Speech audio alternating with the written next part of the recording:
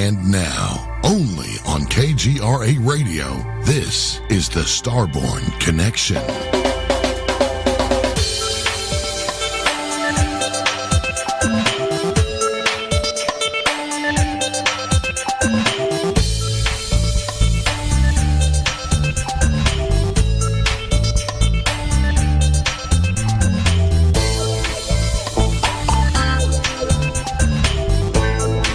Join your hosts, Michael Austin Melton and Julia Yesner-Weiss. Hey, welcome to another edition of the Starborn Connection radio show. We're live every week on KGRA, the place to be for supernatural, UFO, all of that good stuff. Tonight we have a very busy show, and we're going to just jump right in it. I can't see wasting any time because we have a lot of stuff to talk about. How are you, Julia? Oh, doing great. Wonderful. That's my co-host, Julia Weiss, and Bill Skywatcher. What's happening with you? Good evening, Michael and Julia. I really wish you all three were here, as also, of course, Marc D'Antonio, who is your guest tonight. But I really wish you guys were here. Unfortunately, you know, I got that bronchitis bug. And oh, yeah. Doing the best I can, but I just want to say a couple of words before you begin your segment with about Ilona. Please do.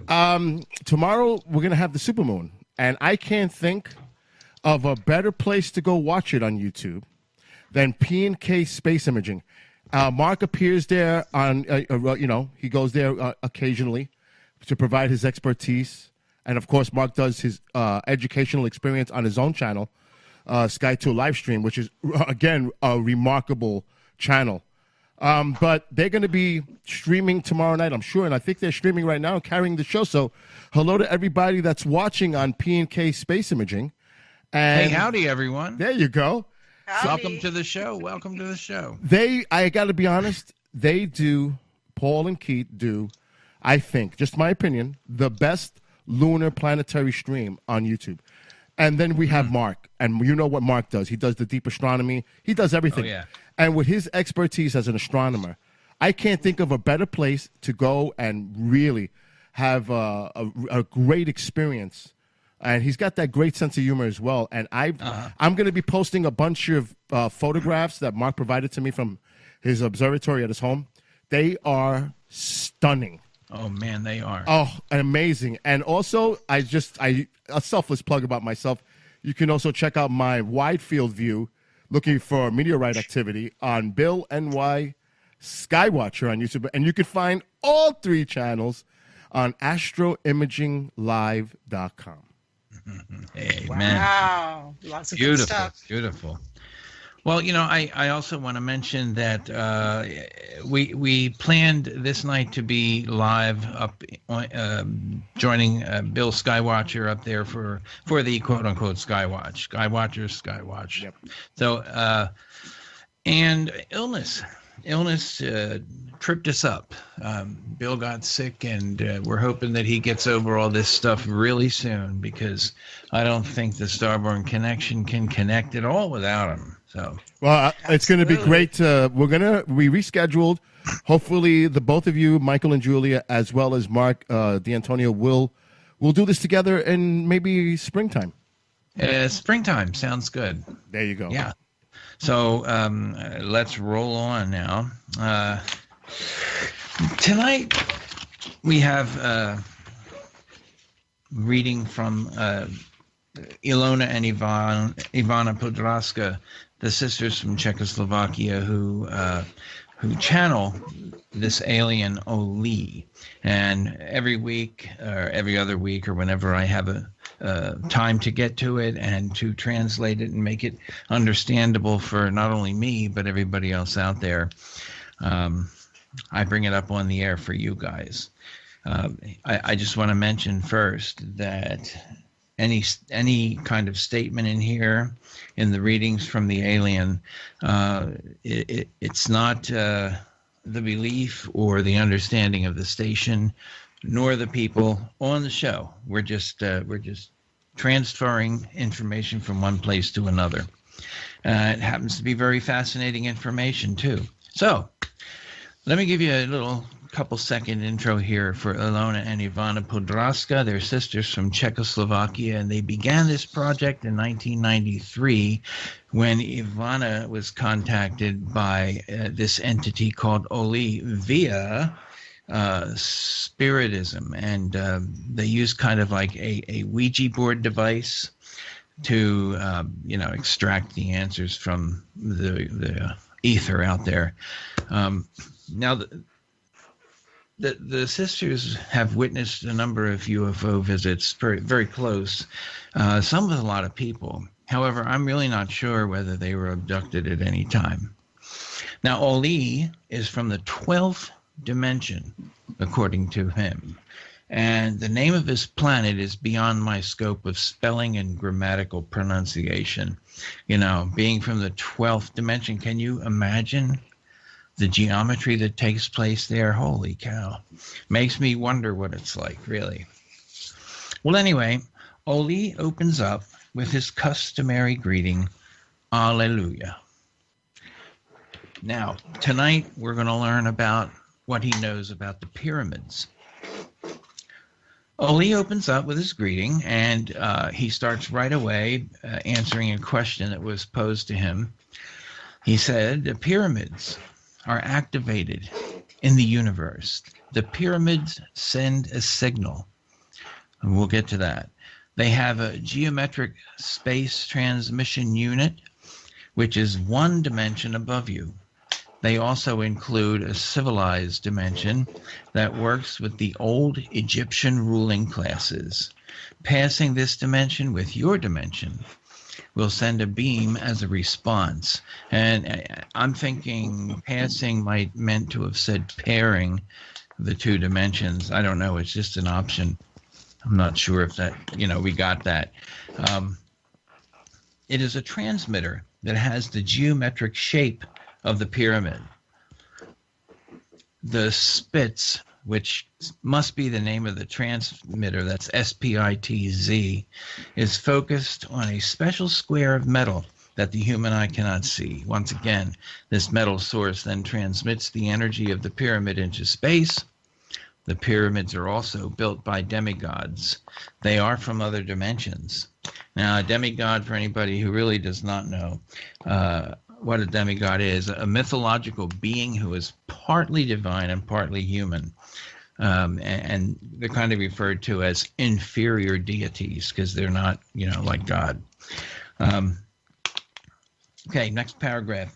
The pyramid energy stamp protects the stability of the space axis for the use of the structure of the center to the dimension that constitutes those dimensions. Now, that's kind of a tongue twister, and maybe one of you guys can grok that and make sense out of it. I don't know. Any of you guys want to try? Would you say that again? I will say it again. The pyramid energy stamp protects the stability of the space axis for the use of the structure of the center to the dimension that constitutes those dimensions. Holy cow. Yeah. That might be 12th dimension writing there.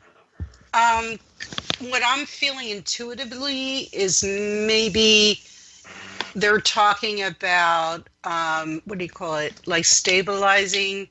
It's a stabilizer stabilizing the bridge between the two dimensions. Yeah, that's what I'm getting. Yeah, I agree with that. It's something like that, I think. But yeah, that's the best interpretation. Okay, we continue. It is their aids as a different frequency transmitter for us, for you. But this aid is for space and dimension. It is their construction. Now, remember, things might be very different in other dimensions. It makes for difficulty understanding some of the message.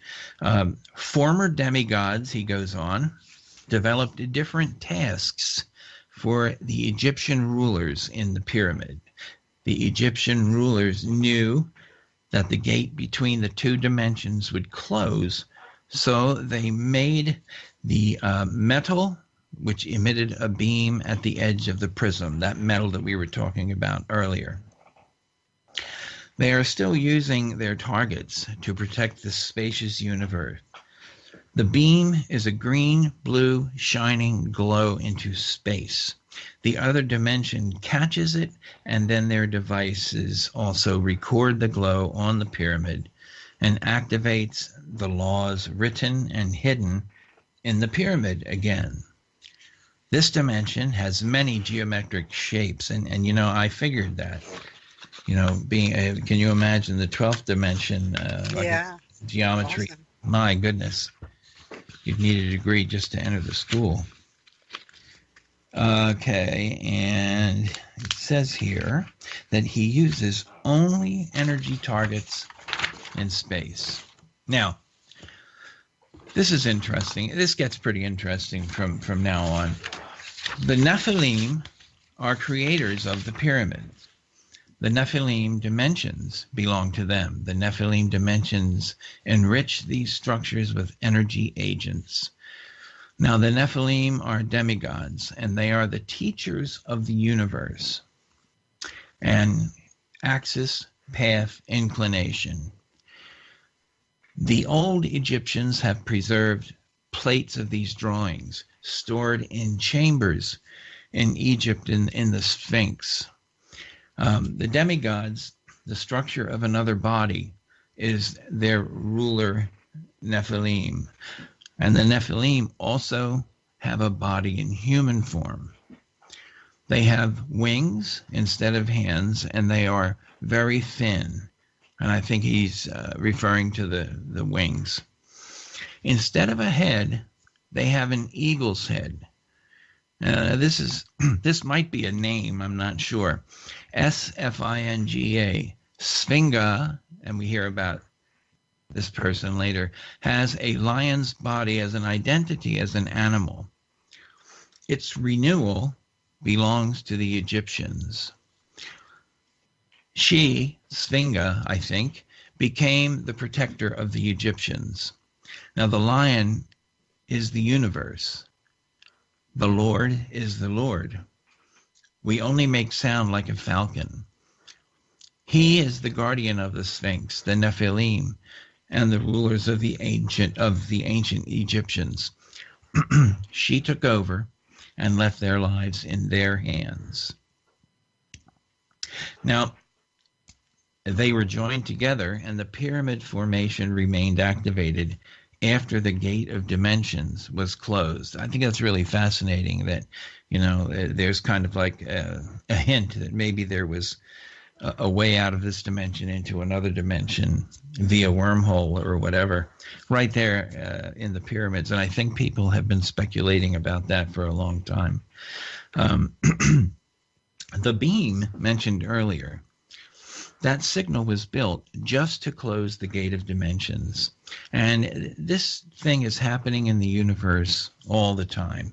There are many central energy buildings on our planet related, Earth, related to different dimensions. Each dimension has a different structure of development, and that simply makes sense. Every master of that dimension looks different. Planets, dimensions, this is the parallel of the universe in its expansion. The interconnection in the shift, and I'm thinking that's from one dimension to another. They are dimensions themselves, and they are dimensions on planets. For them, it is the lion as a sacred animal. Nephilim have eagles or falcons. The last paragraph, the activation of the pyramids was the goal of the Nephilim for close cooperation with Egypt for their once-long dimension. It was long ago for the purposes of the universe. I cannot betray anymore. I think he's kind of realizing that he's telling too much. I cannot betray anymore. Isis, Joshua, I have told many about the Nephilim. You can create energy that seizes your message and which can be captured for dimensions. All the universe, the entire universe, are just dimensions and planets and their surrounding star systems, and of course objects. And that's kind of a little bit difficult to understand because we're thinking of dimensions that we can't see, but yet we can see a big universe out there. They may be invisible, we can't see them, or a dimension can be the size of a head of a pin. It works in space as a molecule in a molecule. Cells move in molecules in the spectrum of space. So I think he was trying to demonstrate, try to paint a picture of how things work.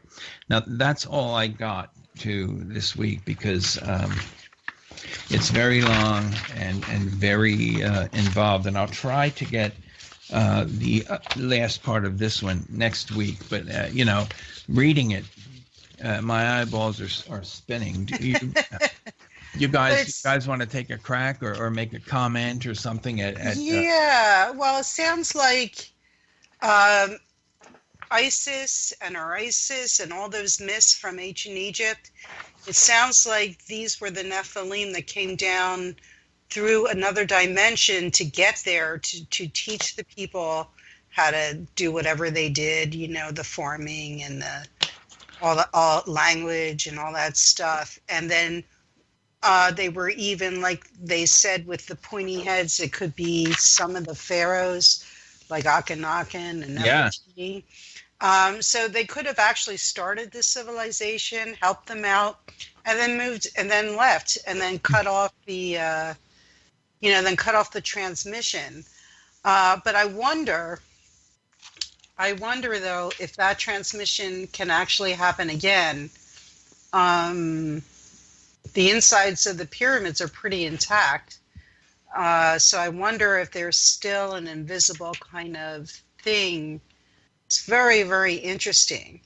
But the Nephilim, like in the scriptures, they talk about the Nephilim as fallen angels, but of course, in our book, they're aliens.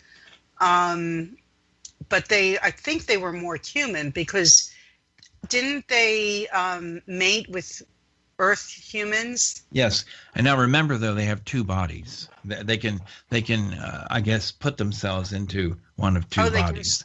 They can shape. Right. That of a body with wings. That's the Nephilim, and human form. Ah, okay. That makes sense. One of the other things that I wanted to point out that is very, very interesting is the fact that Ali talks about these drafts or these images stored in the Sphinx.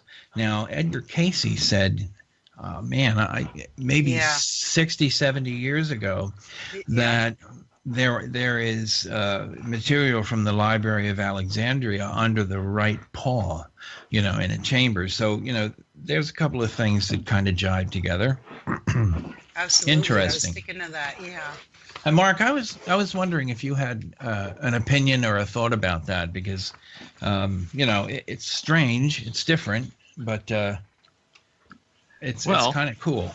You mean and everything you just read? Well, in general. Well, I'm a science guy, so typically we look at things that have direct evidence, and so it's hard for me to listen to people who say they're speaking for somebody else when that's the only thing. It's hard for me. Yeah. But it doesn't mean that it isn't really happening. I mean, as a science person, you also have to have an open mind, don't you? And there are things that could be happening that we don't understand. But it's easy for me to say that, well, that's a bunch of baloney. I don't believe it. But the fact is that that could just be another science undiscovered, which is what I call it, possibly. Right. Doesn't mean it is, but it could be. And by the way, it's great to be here. Yeah, it's very nice to be here. And I want to give you the 50-cent introduction because of that. No worries. All right, we have Marc D'Antonio as our guest tonight, and he has a degree in astronomy and is the Mutual UFO Network, that's MUFON's chief photo and video analyst. He is the CEO of FX Models, a model making and special effects company specializing in digital physical models and organic special effects in the film industry. He has an extensive work history in the film and television arena, appearing regularly on a number of networks. His efforts creating UFOTOG 2, a remote UFO detection system with Academy Award winner Douglas Trumbull, promises to bring ufology into the 21st century. Marc appears on a number of networks, including CNN, Discovery, Sci-Fi, History, National Geographic, and Science channels. He performs on-camera work in his role as a UFO investigator, science principal presenter, and photo-video analyst. In addition to such roles, he also creates visual effect props, directs visual effects shots, and creates computer-generated imagery for production. Marc also appears regularly on NASA's Unexplained Files, seen on Discovery Channel, creating science demos and offering discussion and opinion on the scientific search for life in the universe.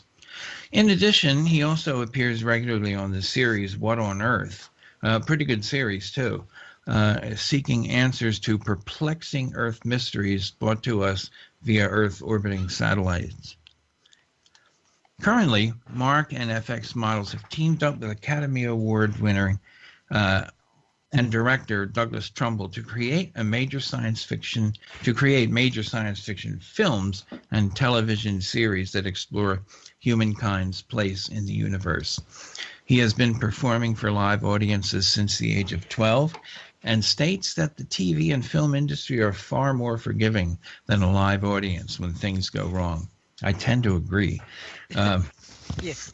UFO arena. Besides his MUFON duties, Marc delivers many presentations around the country at some of the largest UFO conferences, including several MUFON Network Symposium and International UFO Congress conferences, appearing as a speaker.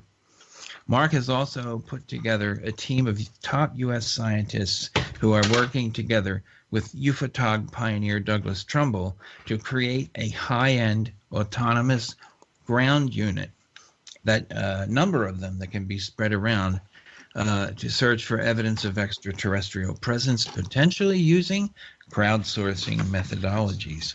Now that's pretty awesome. Welcome, Marc. How you doing? Hey, thanks.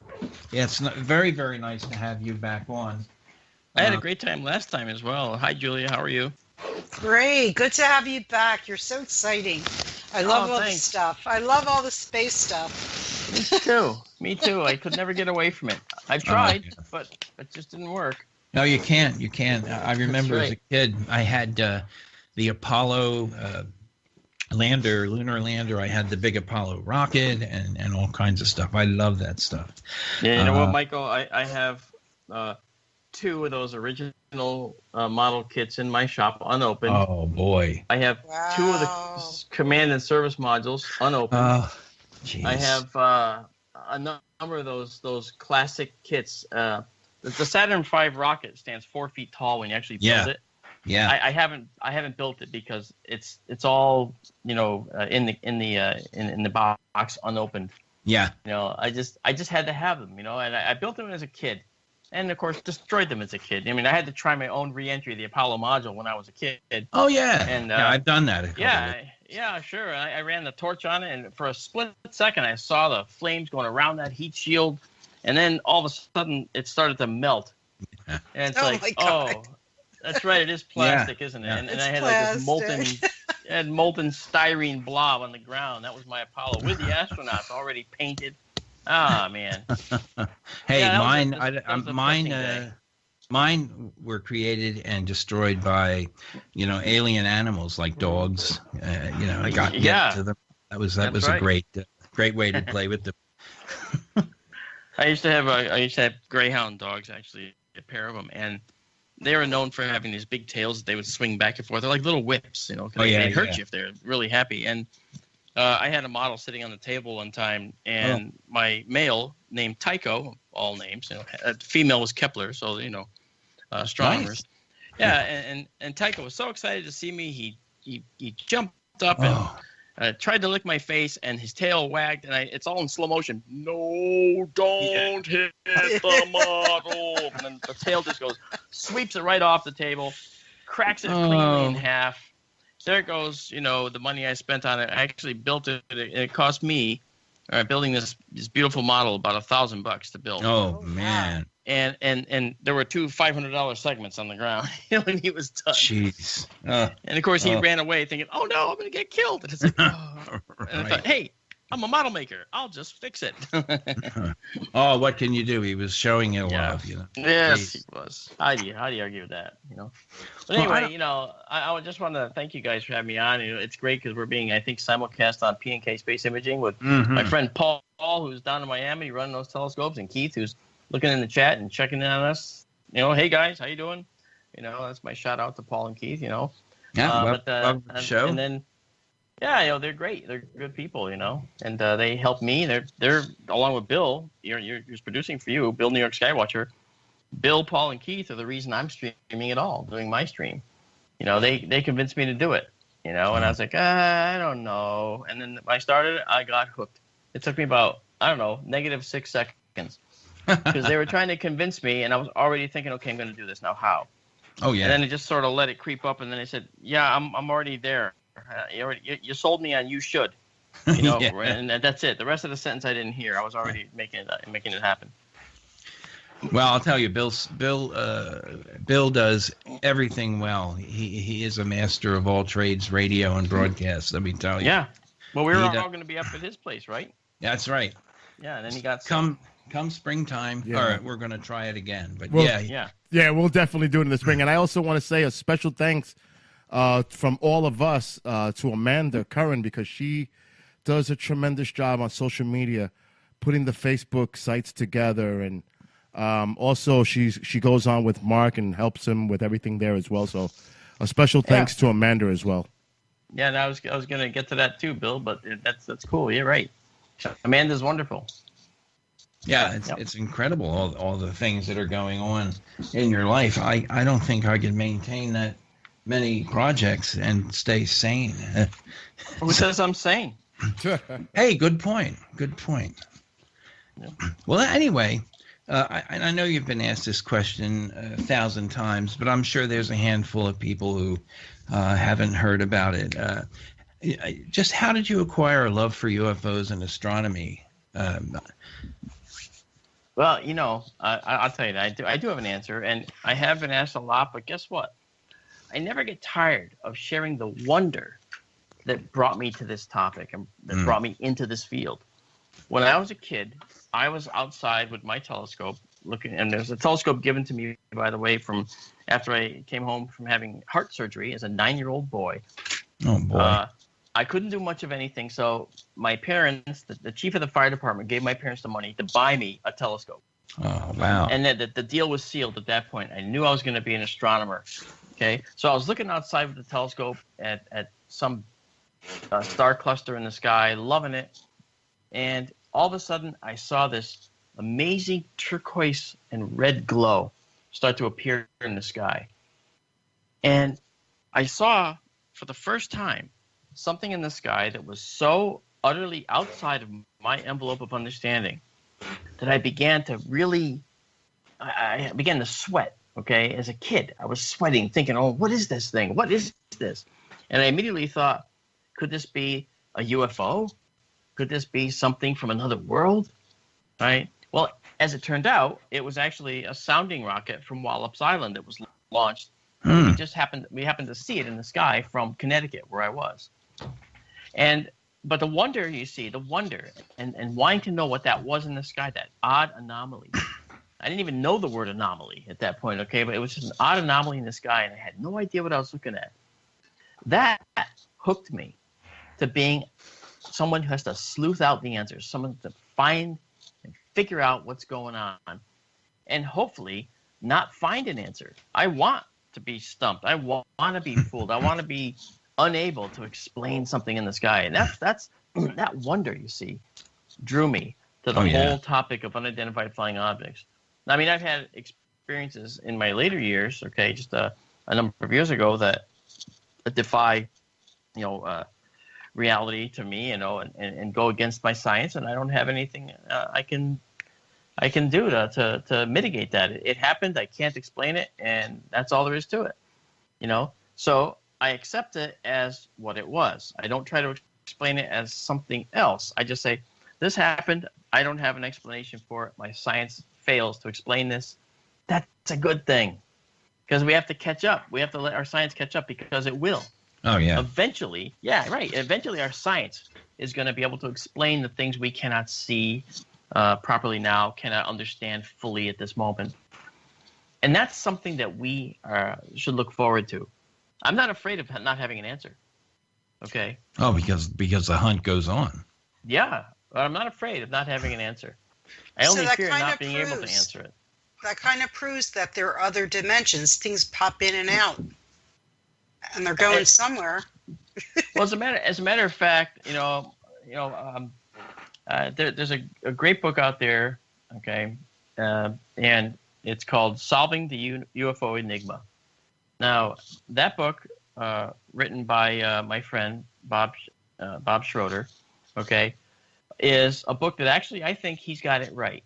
And what he does is he makes an approach within physics to describe how a UFO can operate.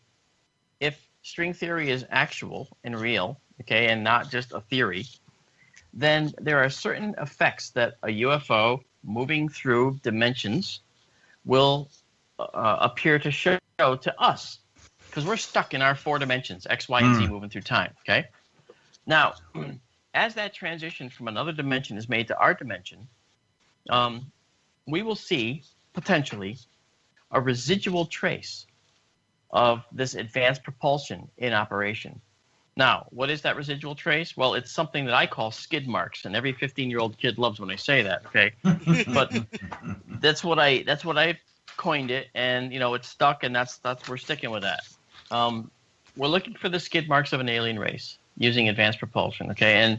And we might see, ideally we'd like to see something called Hawking radiation, which would occur theoretically if this object was moving between dimensions. There's one point at which this will happen. And the reason it would happen is because the UFOs, if you buy into this, UFOs are actually circular particle accelerators. And by accelerating particles and creating a certain quantity of particles, they can actually move out of our X, Y, and Z, all moving through time.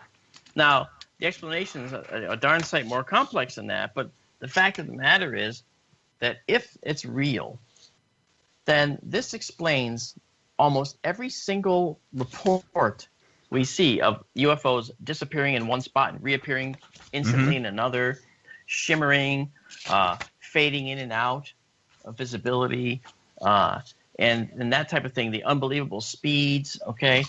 That is something that can be explained if string theory is actually correct. And that's exciting, don't you think? I mean, that's a wonderful exciting thing. Yeah. In other words, science is coming close. Science is getting there. But we're not there yet, but we're getting there. Think about where we were 50 years ago with unidentified flying objects, right? Yeah. And think of where we are now with the media and unidentified flying objects and extraterrestrials. I mean, if you mention ETs, they give you a tinfoil hat, Right. And right, they do. And the reason is because it's a silly concept. So, like with Doug Trumbull and I are doing it was previously called UFOTOG 2, which is UFO-TOG, numeral 2. In other words, it's a successor to his original Humvee that he designed with these instruments to check and track objects moving through the sky. Well, UFOTOG 2, we've renamed it. It's now going to be called the Aerial Anomaly Detection System, and we may shorten it to something, short at some point, maybe like Anomaly Hunter. The reason is because we've discovered that it's pretty plain and simple. If you have the word UFO in a research project name, then right. you don't have anyone that wants to sign their name to it because they see the word UFO. Right, yeah. But aerial anomaly detection system, well, that's a meteor watch system. That's an asteroid, killer asteroid hunter. That's Absolutely. It's a aircraft. It's an aircraft. It's an aircraft. Caller of some kind. Or viewer of some kind. It's anything like that. So it's not necessarily for unidentified flying objects, is it? That's right. A lot of things can fit in that category. That's right, and we designed one as well for the oceans and putting it out in the ocean. Like it's called a shallow diver. It actually would be about 35 feet down and just sort of hover 35 feet down, but it looks down instead of up. Okay, it's looking for signals that might indicate something below in the depths. So you wouldn't put it in 40 feet of water. You'd put it in like 10,000 feet of water. You put it in 7,000 feet of water. So that it's actually looking down. Ideally, we could be over the deepest trenches, or over some of the deep canyons and stuff. And this would be kind of interesting, very interesting. So that's another possibility. That's something for a later development phase. But right now, we're focusing on the little platters that we make. We call them platters. That we can deploy, starting probably in Arizona, and then. Once tested there, we want to move them to elsewhere in the world. They can operate singly or in a trio, in a pair as well. But a trio is better because then we can get the triangulation with checkpoints and stuff. So there's a lot to it, but it's taken a lot longer than we thought it would. But that's probably because of the name. But now that the name has changed, we're starting to talk to a few different people to see if that's going to make it any easier. And so far, it looks like it is. I just want to say, I think that's just an unbelievably cool idea, and one that could potentially just give us the answers. It's bound to work. I mean, this is an incredible system. Well, what we need is clear shots. We always get the blurry UFO shots. If they can give you a clear shot, yeah, then Julia, what you're seeing. Julia, when I do talks around the country on the aerial system, the anomaly system, the first thing I say is just what you said. What's the problem with ufology? The problem is that we have blurry and fuzzy videos and photos that we just can't use. And people say, but it did this and it did that and it did this and then it shot off at a 90-degree angle. Yeah. And then they show you a video of a light just moving constantly across the sky. And you say, well, wait, is that it? Well, I didn't catch all of it, but that's right before it did this other thing. And you didn't catch that? No, I didn't. See? Now, what do I say? Okay. Well, science dictates that you have to go by the evidence. Now, what they say they saw could very well have happened, and I don't discount that. But I also say, but the data you showed me doesn't show it. You see my problem? The data that you showed me didn't prove your assertion, sadly. So, yeah, hearsay reports, it just doesn't work. Visual reports, they change, memories change. That's right. Belief systems cause it to be either greater or lesser. And you can't rely on that. That's just not good. Now, Mark, I have an instance for you. I'm a state section director in MUFON, and a lot of our cases in Pennsylvania, I think I do Lancaster area, Harrisburg, that area. And 80% of our reports are these orange plasma-like orbs that move through the sky, disappear and reappear. And oddly enough, I have seen them. I'm outside of Philadelphia, right outside, and I'll go into my backyard and I'll do a sky watch occasionally, and I see them. And I've seen them disappear and reappear, and I've seen them, they don't blink. There's no blinking lights. They definitely look like an amber, and it's plasma-like. It's like, doesn't look like it looks like jello. Mm-hmm. And they've disappeared, and then you see sparks, and then they reappear. And like sometimes we do group sky watches around Philadelphia area in our own homes. So we like confer with each other, and like they actually saw it too, like across town. So, everybody says, well, they could be scout ships. They could be going in and out of the dimensions. I can't think of. I actually investigate through military.com all the time. There's some neat things that they're working on, but that doesn't really look like anything. Or, of course, it could be a secret program too. But so, what's your opinion on something like that? Well, I mean, I have several, and the reason is because I've seen cases like that where they turn out to be something ordinary, like Chinese lanterns. Not if they're really, really high and going against the wind, like really high. Well, and you know going what? against the wind, yeah. And that's the thing, Julia, that I also have to mention too is, the Eye Institute and Stanford University did studies to show that when people look at this in the sky where there's no references, a tiny pinpoint dot in the sky can be a very, very small thing very close to you, or a very, very large thing far away from you. Absolutely. Right. And we don't know. We don't have depth perception.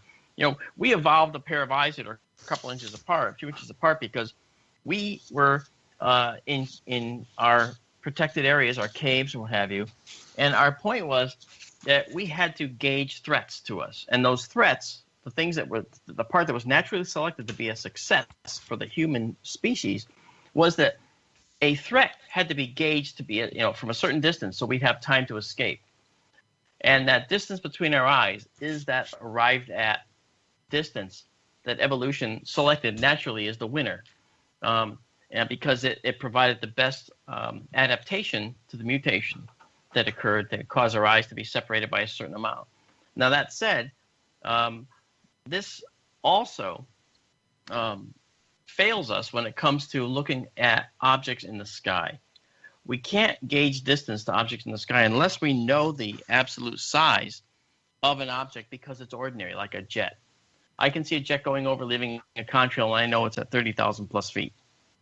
But you can be fooled by a very large jet, like an Antonov, flying over, because it looks like it's lower because it's so much bigger. And you think, wait, that can't be at 30,000 feet. It's so big. So even human-made craft can look big or bigger than that and smaller and fool you. But so the inability to gauge distance is something that you don't use as a blanket excuse ever. I don't. But you do have to take that into account and consider it when someone's reporting that something is very, very high in the sky. And like I had a case just like this, and traveling thousands of feet to travel 5 miles. I was told in this one case from Pennsylvania, by the way. And I saw the video, and I saw the thing leaving flames. It was dropping flames, and it started a fire in the apartment complex woods right by where this apartment complex was. That the guy who saw it actually tried to go out and put out. Yet at the same time, he said it was at 5,000 feet and it was moving, 5 miles, through the sky. So it didn't make sense. Then how could you possibly just walk across the parking lot to try and put out a small fire? It could not have been that far away, because it took I figured out how fast a flaming thing falls from the sky at 5,000 feet, and it was a long time, And so someone would have had to, been out there, and the thing would have had to have been way up high, but the angle at which he was saying it was, put it near the trees, over the trees. But over the trees, it would, if it was that far away, it would have been dropping stuff, over it, farther away, like a mile or two away. So nothing made sense. So putting it all together, I'm kind of really paraphrasing here, but putting it all together, I know that some of those things are Chinese lanterns, and I know that the flame packets in those can fall away and leave a flaming debris that falls down. And then, of course, the thing shoots up in the air a little higher, because when that happens, it's lighter. And so it's a buoyant, like a hot air balloon, and off it goes, up into the air. But then there's cases where, people who understand Chinese lanterns and know them very well say, this thing didn't look like a Chinese lantern to me, and I know them very well, and I trust their responses. I want good video of such a thing. Right. I really do. Let's solve the question. Now, I also had 2 sightings of triangle craft that were metallic that disappeared. One of them was I was sitting outside my house, and I was looking. There is a plane. I am on a Philadelphia airport. I see the planes that are going to Philadelphia airport. Sure. So I see all kind. I have Willow Grove base, air base. So I have everything. So this was the most unusual sighting because it was a.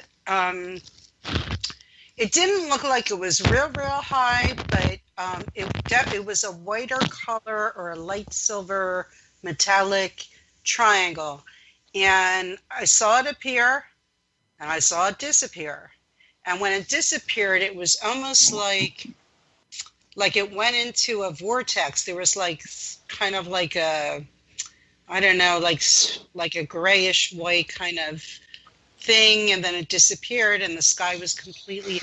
I don't think it like took off that fast. And then I think the other time I was on, I actually went to East Setting Ranch in Washington, where I actually did see a huge craft, and I saw the huge light, and it came right to me. And I can't deny it. There were other people there. Unfortunately, I did have my cell phone, but when you see something like that, you don't. I wanted to experience the whole thing with my naked eye. I didn't want to look at a tiny little camera. And it came like from the mountain. It came from the mountain right almost to the middle of the field. It's 13 miles away, the mountain, and it got bigger and bigger as it came close to me. And it was a big, huge white light. And this light did not radiate any light on the ground or on the side. It was like a self-contained. I wouldn't say it was plasma. It was almost like it was like solid milk, like a solid milk, that was just in the sky. And it was huge. And then I definitely sensed telepathically a message. And then it went back and got smaller and smaller as it went towards the mountain. I mean, that was my biggest, that was the biggest thing I ever saw. But coming back from, when I was in the airplane, coming back from ECETI, I was looking to the right. I was in first class. I was looking to the right. And we were pretty high. We were above the clouds. And this was way above us. This was a triangle that was way above us. And all of a sudden, I saw a silver triangle, and then it disappeared. Right in front of me, like right in front of where my as if it was saying goodbye to me. So that was really interesting.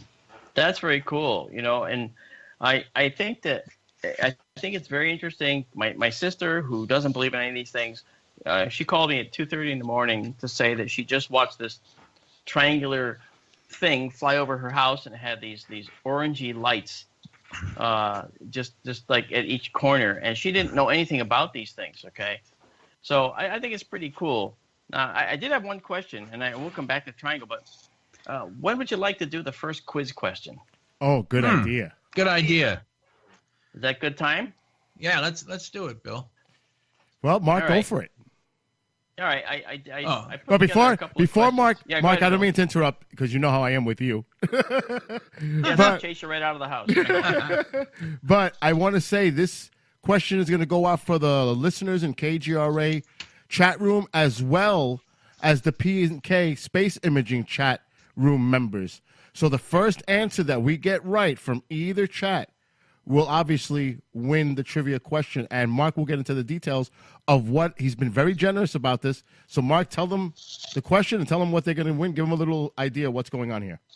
Yeah. Well, first tonight, Johnny, what they're going to win if they answer the question correctly is they're going to win one of our 3D printed craters. The first crater that we're going to give away is Tycho, which is very prominent on the moon right now. You can actually see it right in this view as we're watching on P&K.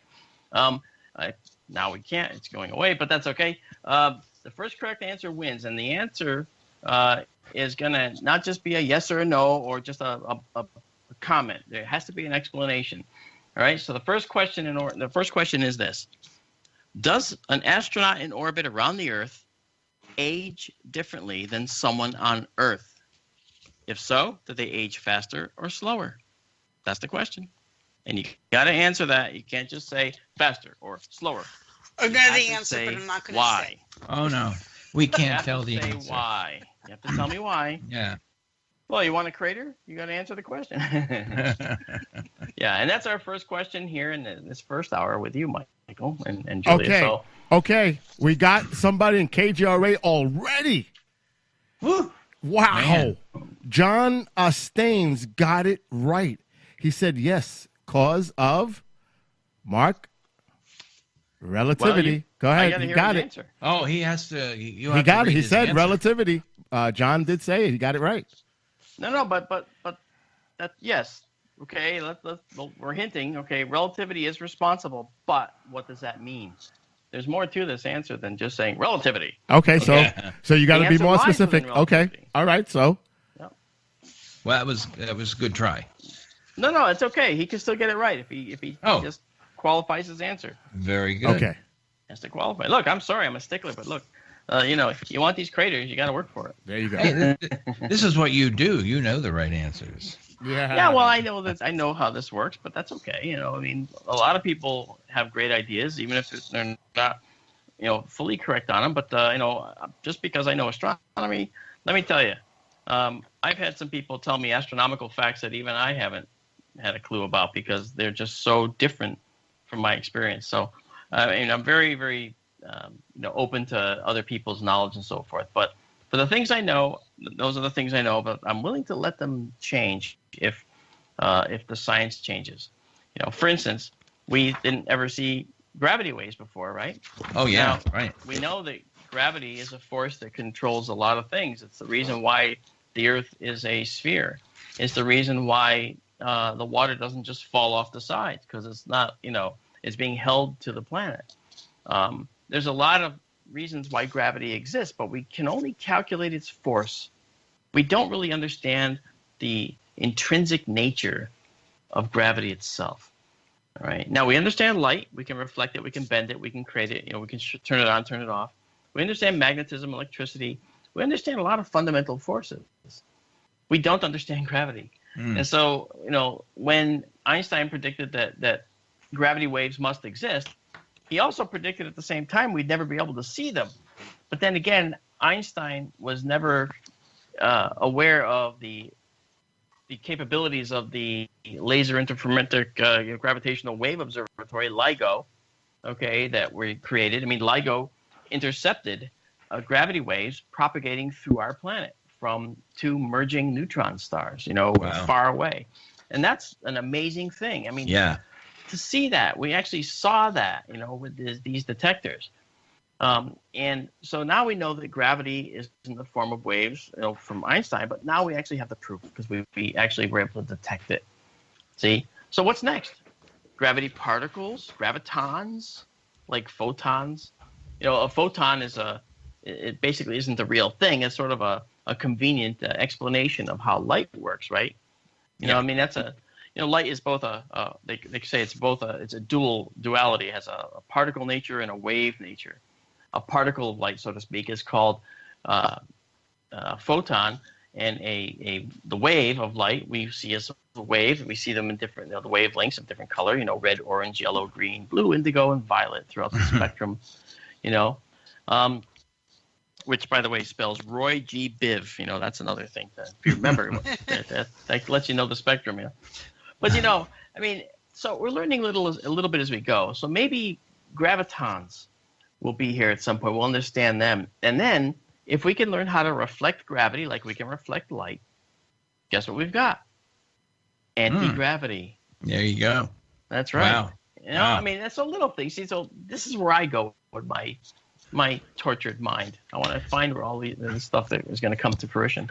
Well, I think gravity answers one of the questions that, as a teenager, my friend and I would always have these really deep conversations about things, and I observe things. Our Earth has a moon going around it.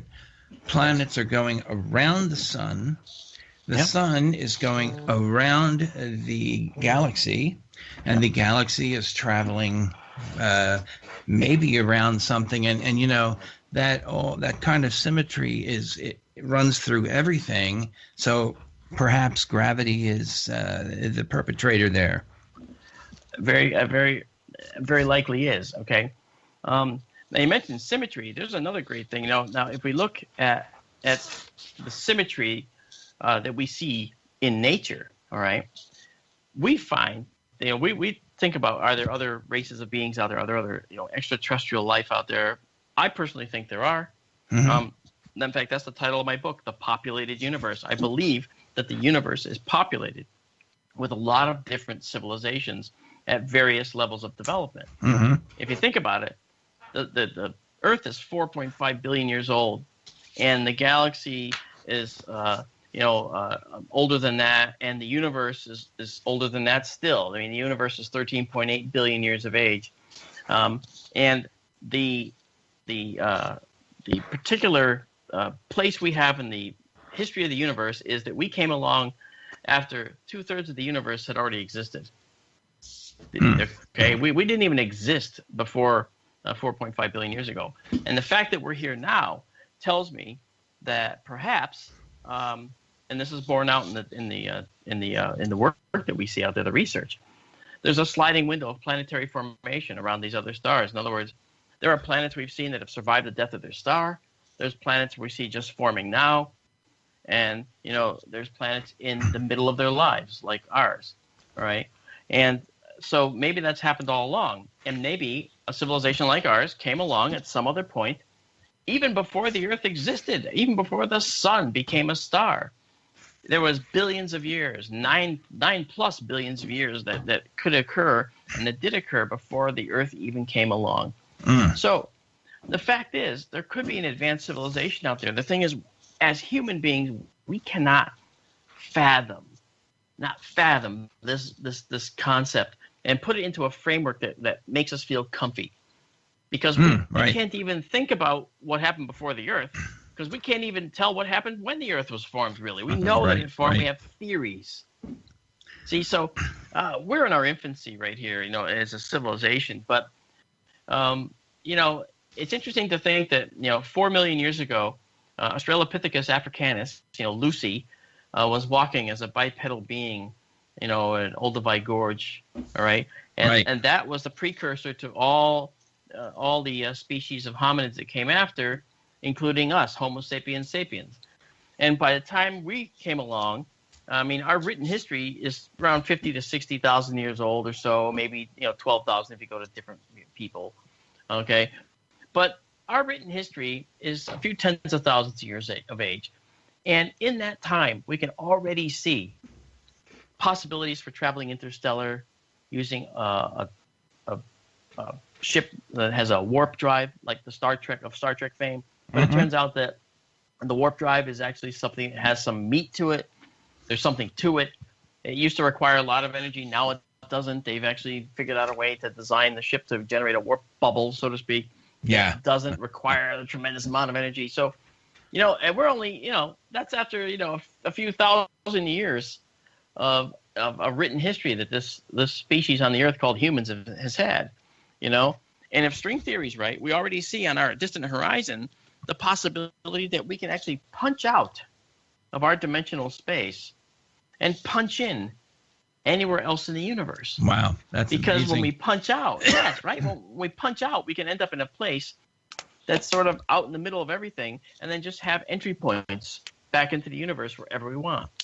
So okay, I have to stop you right there. Please hold on to that. Bill is telling me that it's break time. I went too long. Sorry. Oh no. You're way more interesting than a commercial. Believe me. So anyway, you're listening to the Starborn Connection live on KGRA, internet radio, digital radio, and it's the place for all information. Supernatural, UFO, see you on the other side.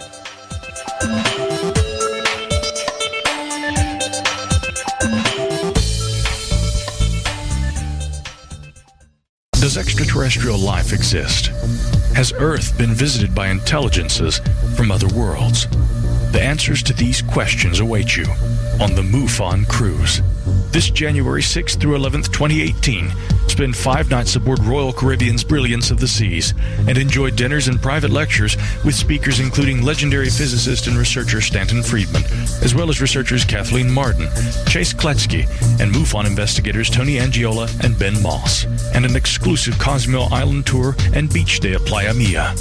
Make your reservations before time runs out by visiting holidaymakertravel.com today or by phone at 877-642-4308. That number again is 877-642-4308. Unravel the UFO mystery with leading researchers in the field. Visit MUFONcruises.com. Hi, it's AJ with Vibes Mind, Body, Spirit. The Vibes Tribe seeks to assist you in creating and maintaining an uplifting and balanced state of being in your personal space. Palo Santo is a mystical tree that grows on the coast of South America. Palo is loved by many for its energetic, cleansing, and healing properties and is also popularized for its heavenly presence in keeping your energy grounded and clear. Burning Palo provides an uplifting scent to raise your vibration and is also beneficial for relieving stress, anxiety, depression, and emotional pain. Palo Santo is also known for relieving symptoms of the common cold, headaches, and asthma. We offer Palo Santo in resin, powder, or by the stick.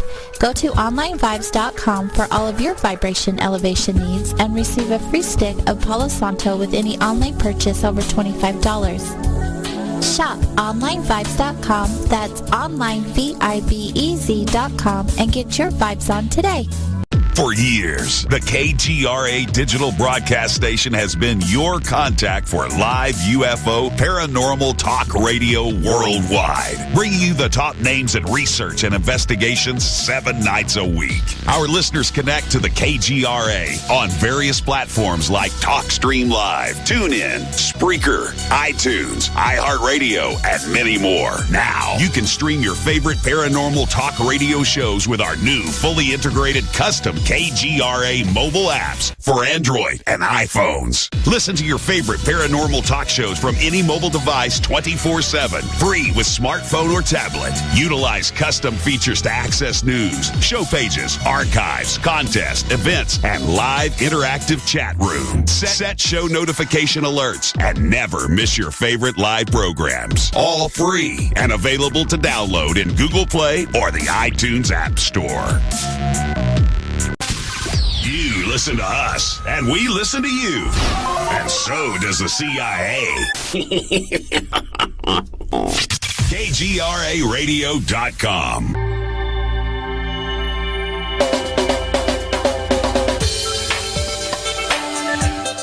Hey, welcome back. I hope those commercials were helpful. We're back now with Marc D'Antonio, who's not only helpful, he's a brilliant man who knows a lot of things about space, and we're going to pick his brain. You mean the space between my ears? Maybe. I don't know. That could be connected. Yeah, I guess. Well, let me see. I did have a question. I have to look at over here in my pile of papers. Oh, well, that's not it. Anyway. Anyway, organization, right? Love there, live radio. Yeah. You know. Has any of the physicists perfected or found out any more about how one molecule moves here and 3 light years away, a molecule moves with it? I forget what that's called. No, I know that. See this. Okay, that's a concept that we don't have an observer several light years away to confirm. So we can't tell whether that's actually gonna, was actually true. But I do, I understand the concept, I understand the nature of the thought process, but I don't know whether, and I don't believe actually that anyone can actually prove one way or the other. We'd have to prove it in a experimental setup in a laboratory or something. But it's something scientists in Geneva actually experimented with and found some type of concurrence with that. So it's promising. So that might be cool to know that we're connected that way. Yeah. The other thing I wanted to say was, do you think it would be possible that those orange balls of light that everybody is seeing now. Yeah. Do you think that they might be remote viewing devices because perhaps they get into trouble when they come into our atmosphere and over Washington, D.C., et cetera? I would have to say that I would think that any species that has that capability probably wouldn't get hung up by our atmosphere. I would think they would know how to handle that. So I think that it's possible that these could be something that's very strange. I mean, as I said, there are cases that fit Chinese lanterns to a T, and then there are cases with which there's no explanation, and those aren't Chinese lanterns. They may look the same, but that doesn't make them so. I mean, it's possible they're the same, but it gets more remote by the moment because you look at the facts of the case, and then you see some strange things happening that just don't make any sense for Chinese lanterns, of course. Yeah. Well, and the other thing that is floating through my head right now is, oh boy, you know what? I can't think of it. Julia, do you have a question? I got to get this thing. Well, I have something to. I just saw something, Mark, today that was just so amazing. Somebody, actually, it was Jimmy Church from Fade into Black. He had a picture on Facebook. Jupiter. There was a probe that was really close to Jupiter, and it took a picture. Juno, there was a Juno probe. Juno? It was amazing because he said it, and I thought it too when I saw it.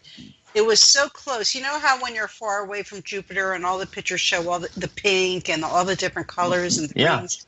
It looked like a Chagall painting or a absolutely. It looks like it was paint all is these dripping. All these it was all different shades of light blue, and it was like swooshes. Yeah, those on the poles. Now, what are they? Are they clouds? Are they gas? Like, what are the swooshes?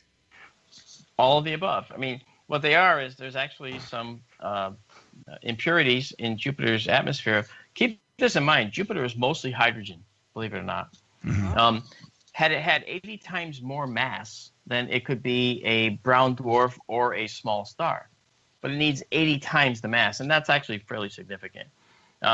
So Jupiter's, the blue is a result of another impurities in the atmosphere that are non-hydrogen. They're very different. There's ammonium hydroxides. There's other impurities, and these can impart a color, and that color is what we see. Now, these are clouds, right? But they look weird because of they look very sharp and well-defined. But keep in mind, so do cumulus clouds when you look at them from the ground. They're very sharp and very defined, but they're not when you get up to them, are they? Suddenly you're in them and then you're out of them. It's like, hey, what was that? So, in the same way, Jupiter has the same thing going on. Okay, the clouds look very sharp and defined, but again, Jupiter is almost 90,000 miles across. It's a big planet. So you can't, ours, remember, 8,000 miles across is our planet, all right? So just imagine these gigantic Earth-sized weather systems, right?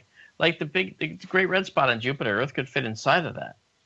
I mean, that's a massive storm on Jupiter, but that's made, again, of impurities. And, you're also seeing three-dimensionality, too. That when the Juno probe, that's JUNO, when Juno circling the poles of Jupiter, it sent back unprecedented imagery.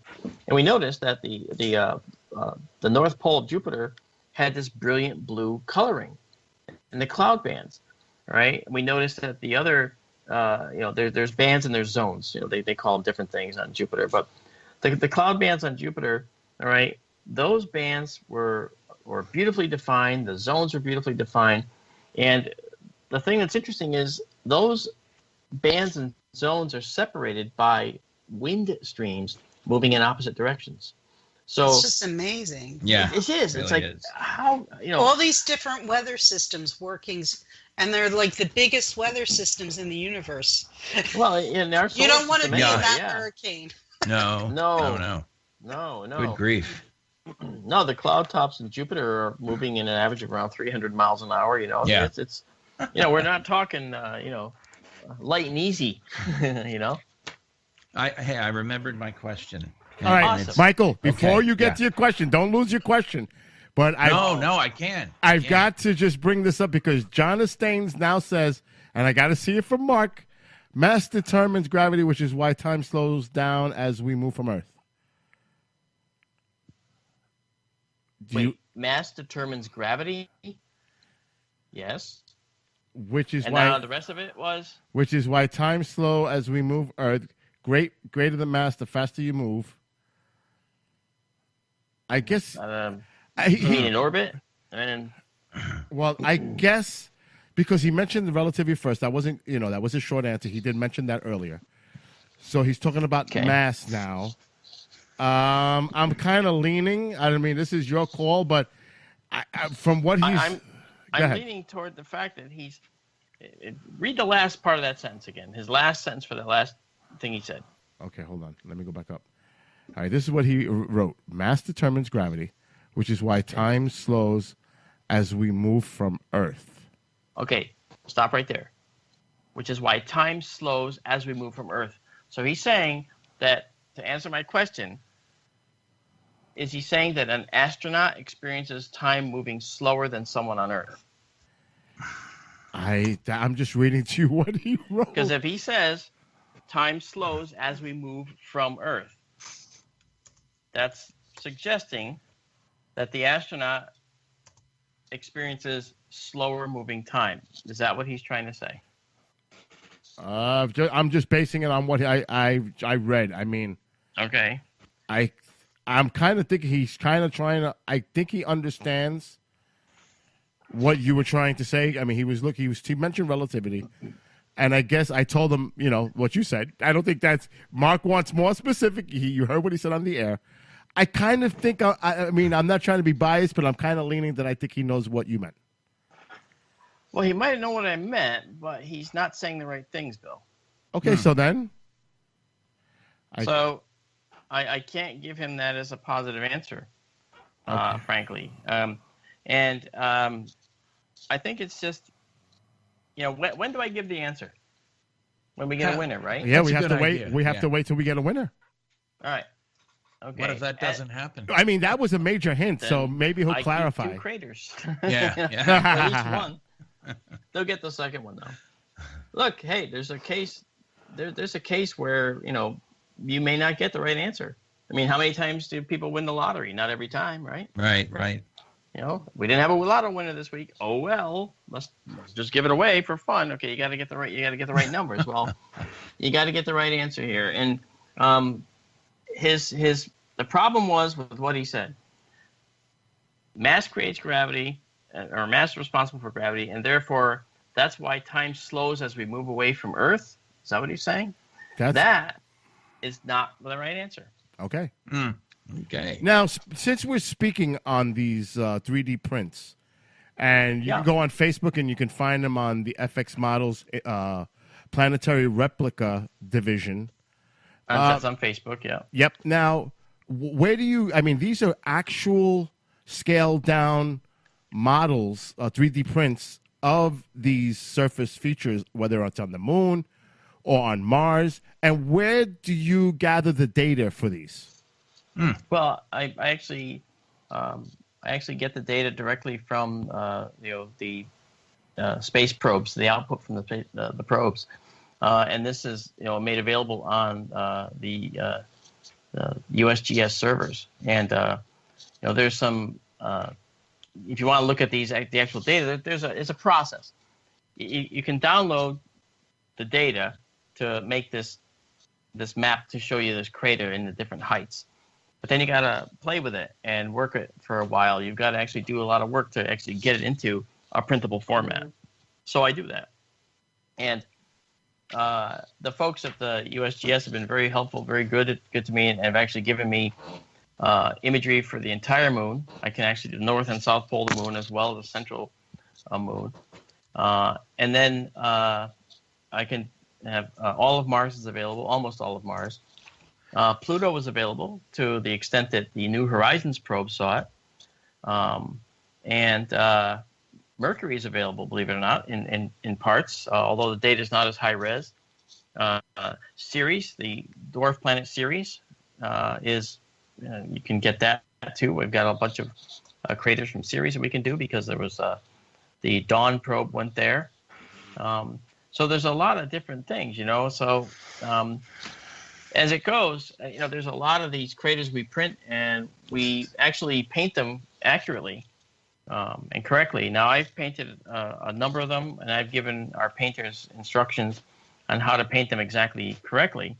For the moon, we have, Aristarchus crater, we have Copernicus, we have every crater almost every crater on the moon, if someone wants it. And we have an entry text that people can just select, pick their own crater, basically. It's called the Wow. You Select option. And they just tell us what crater they want. And for no additional cost, except for the cost of the crater that you buy from us, we print it and we get it to you. That's really cool. Yeah, it is cool. We're happy about that. We're happy about that. And so, and this helps us with the SkyTour live stream. It's going to help P&K Space Imaging. It helps Build New York Skywatcher too, because each of these folks can offer them from their pages, and they do.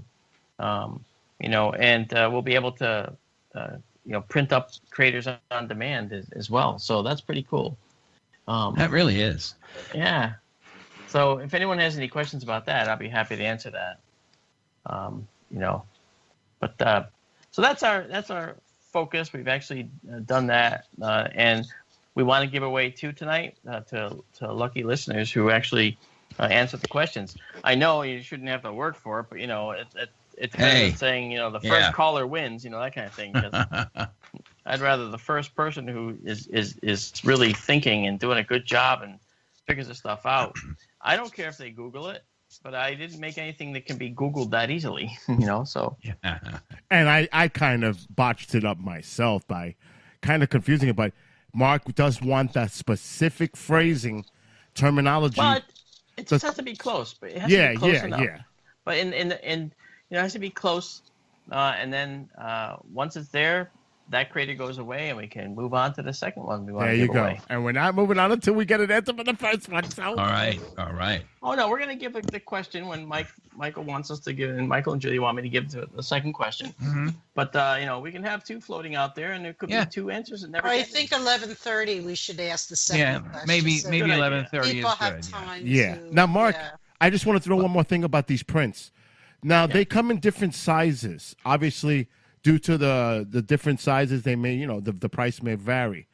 What is the smallest scale and what is the largest scale of some of these prints? Actually, I just want to clarify with you. We're making the standard and deluxe version. Okay. The standard version and the deluxe version, the crater print is the same size, but the standard version is a 4-inch by 4-inch crater. Crater plate or a landscape plate, if you want to pick a section of Pluto, for instance, and it's meticulously painted. I mean, it looks right.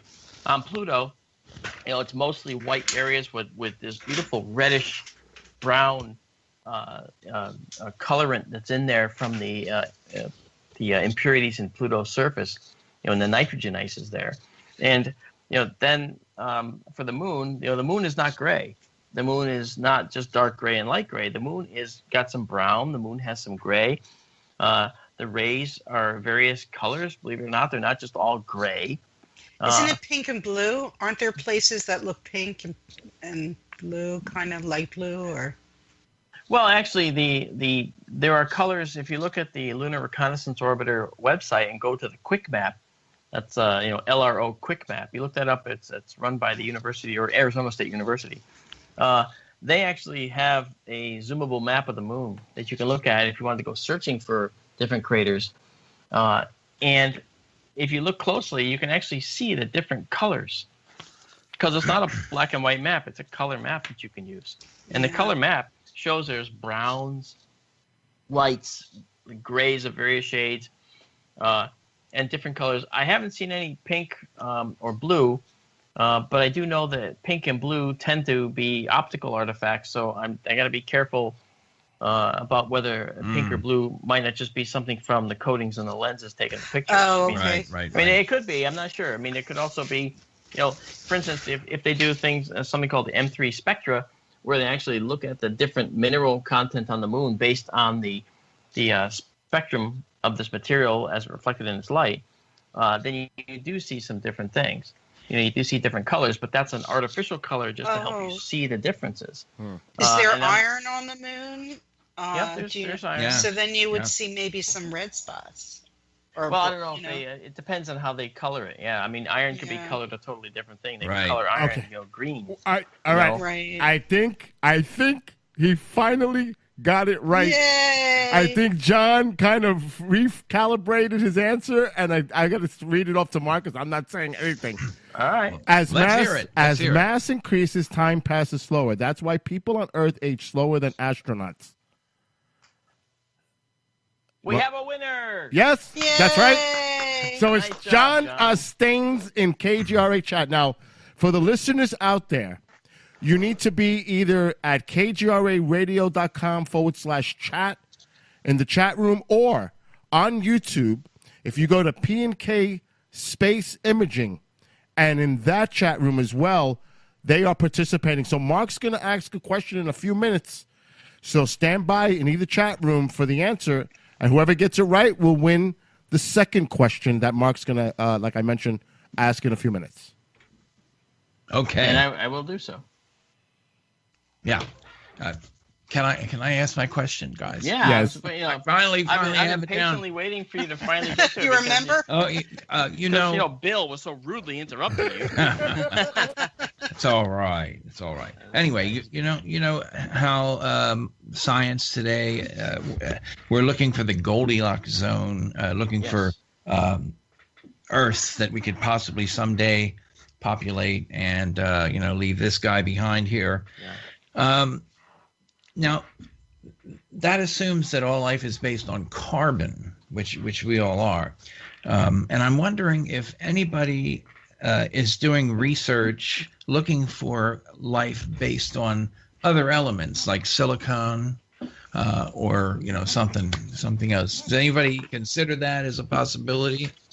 Yeah, I don't think that carbon is the only game in town, but I will say this: if you look at the evolution of the planet, complex hydrocarbons were delivered to the planet by comets, by meteors. Amino acids were delivered by meteors and comets, and then the Earth itself made amino acids. The Miller-Urey experiment in the early 50s determined that taking a primordial atmosphere and encasing it and keeping it in a non-interacting sphere of glass, a glass jar, not letting it interact with the outside environment and bombarding it with lightning. At the end of a week, they found that there were amino acids in the bottom of the flask. They were created. So this shows that the building blocks of life can be made by the Earth itself. In addition, we got them from comets. We got them from meteors. Now, this to me shows us something very important. Those are all carbon-based compounds, okay?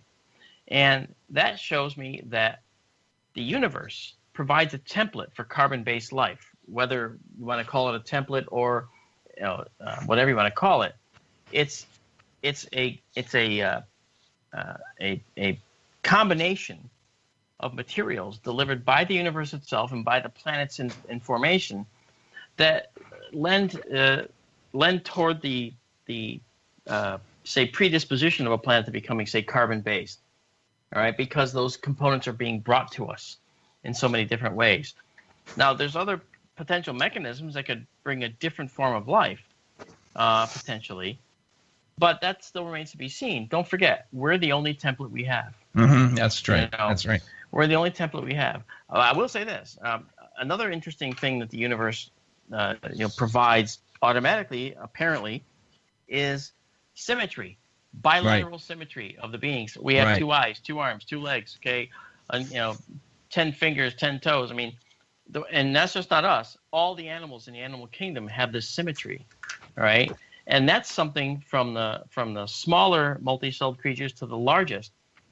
That's a constant. That's a common thread. Yeah. we don't have, as I said before, pogo stick creatures jumping around on the planet. Okay, they're all symmetric. All right, and this symmetry is something that, again, is a template that the universe, and that is in the Earth developing, selected as an evolutionary success. And so I think that's something that would show up elsewhere. So now this is why, I do this really cool thing, which I might have mentioned to you guys before. I do a talk on the history of the Earth, and it starts at 4.5 billion years ago, and it's all laid out on a single roll of toilet paper. Wow. I get the toilet paper in my audience and have a ball. Ball doing it. So I start at one end, and it says the Earth forms.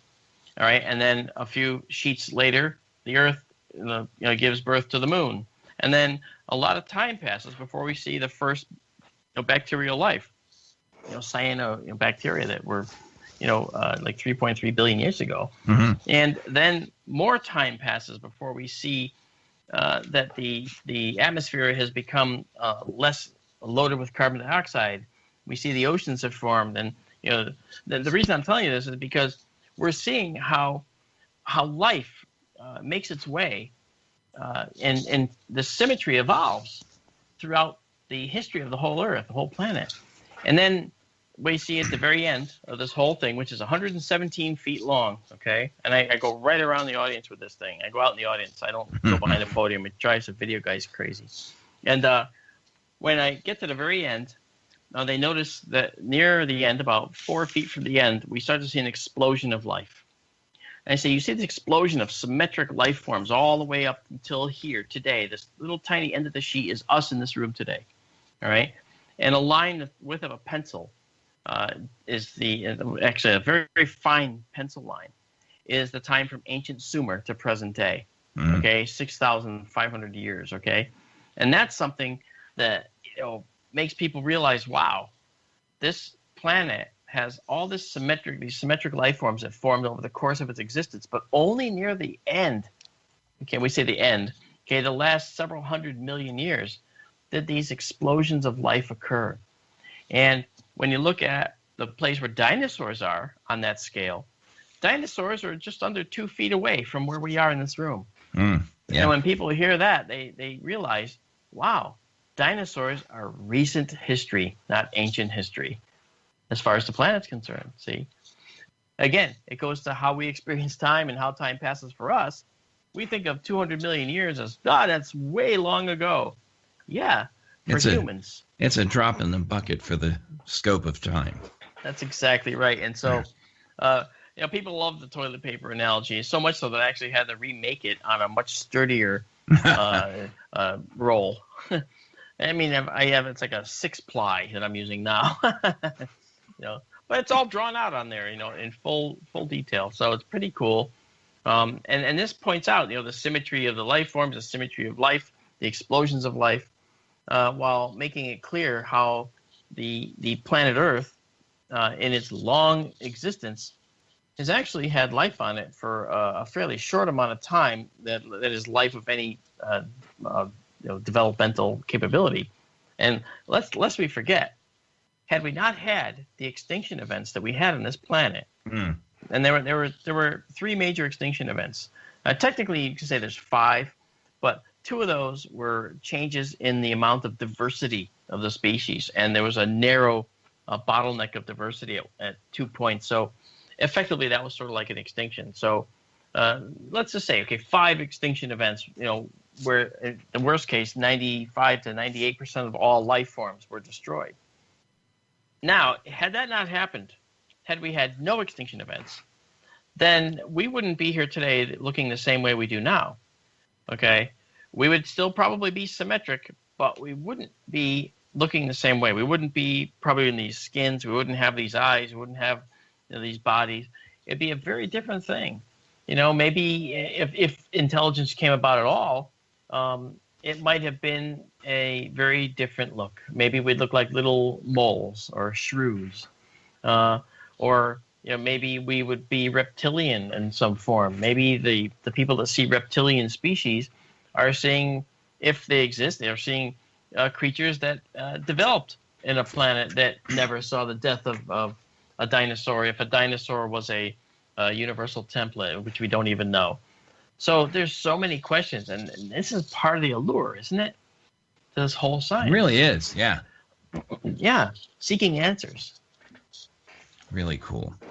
Yeah, and when you think about it, even those extraterrestrial biological entities that people see, I mean, the grays have symmetry.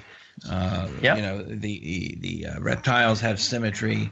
The mantis had symmetry. Yeah, it's all over the place. And, you know, you can see why it would be evolutionarily selected. I mean, you know. That's right. It'd be funny if we had one leg, we'd be hopping along. You know? Yeah, that's right. As I said, there's no pogo creatures on the planet. Yeah, exactly. Okay. You know, if there were, it'd be like, you know, boing, boing, boing. Hey, where you going? I'm going to Starbucks. Hey, I'll boing right behind you. Hey, let me hop behind you. You know, can I hop in front of you? That would completely change the entire scene. I mean, cars would be different. Yeah, yeah. You'd have one pedal, and it'd be a multiverse pedal. You know, that's it. Yeah, you point, you boing it one way, it goes. You know, it's a brake. You boing it the other way, it's an accelerator. I don't know. Everything would change. You're right. You know, and you know, as we see, you know, we look at our science. We look how science has developed over the years, and this actually leads to the second quiz question for the night. Yeah. You know, if you're ready for that. Yep, we are. As we look at how science has improved over the years, you know, it took us long enough to figure out that we were actually orbiting the sun. All right. Now, question 2 for the crater that I'll reveal the crater after the answer is who was the first person in history to suggest that the Earth orbits the sun? That's heliocentric theory as opposed to geocentric theory. Okay, helios, sun, centered, sun-centered theory. Who was the first person in human history to suggest that the Earth orbits the sun? That's question number 2 for one of the 3D printed craters. Sounds good. Yeah. Well, we'll just wait and see who answers. I'm just going to shoot it out there. Daryl says, and I can Aristarchus. Did you say you have starch in your I pants? can't. I'm. You know, I'm not feeling well. Aristoteles. Aristarchus. Aristotle.